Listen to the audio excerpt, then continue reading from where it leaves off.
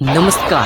ગુજરાતના હવામાનને લઈને અત્યારે એક મોટી અને ચોંકાવનારી અપડેટ સામે આવી રહી છે. આગામી કલાકોમાં કેટલાક જિલ્લાઓમાં ભારે વરસાદ, તેજ પવન અને વીજળીના કડાકા ભડાકાની શક્યતા વ્યક્ત કરવામાં આવી રહી છે.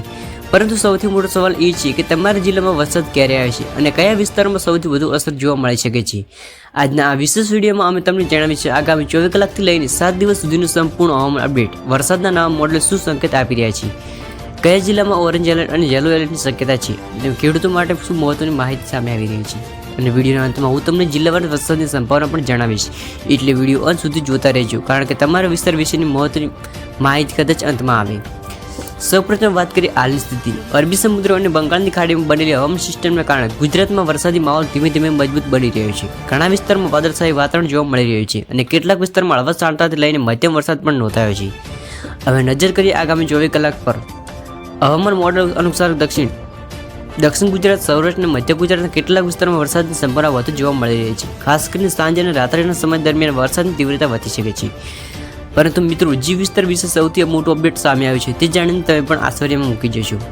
ખેડૂત મિત્રો માટે આ અપડેટ ખૂબ જ મહત્વની છે. જો તમે વાવણીની તૈયારી કરી રહ્યા છો તો આગામી દિવસોમાં વરસાદનું પ્રમાણ વધી શકે છે. તેથી ખેતી સંબંધિત નિર્ણય લેતા પહેલાં સ્થાનિક હવામાન પર ખાસ ધ્યાન આપવું જરૂરી છે.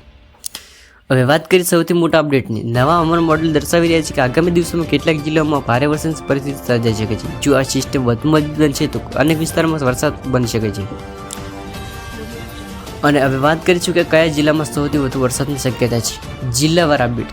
અમદાવાદ હળવાથી મધ્યમ વરસાદ, ગાંધીનગર વાદળછાયું વાતાવરણ અને છૂટાછવાયા વરસાદ પડી શકે છે. વડોદરા મધ્યમ વરસાદની શક્યતા, સુરત સારો વરસાદ, નવસારી ભારે વરસાદની શક્યતા, વલસાડ ભારે વરસાદ, રાજકોટ હળવેથી મધ્યમ વરસાદ, જામનગર છૂટાછવાયા વરસાદ, ભાવનગર વરસાદી માહોલ, અમરેલી વરસાદી સિસ્ટમનો પ્રભાવ, બનાસકાંઠા વાદળછાયું વાતાવરણ, પાટણ હળવો વરસાદ, મહેસાણા વરસાદની સંભાવના, કચ્છ કેટલાક વિસ્તારોમાં ઝાપટા.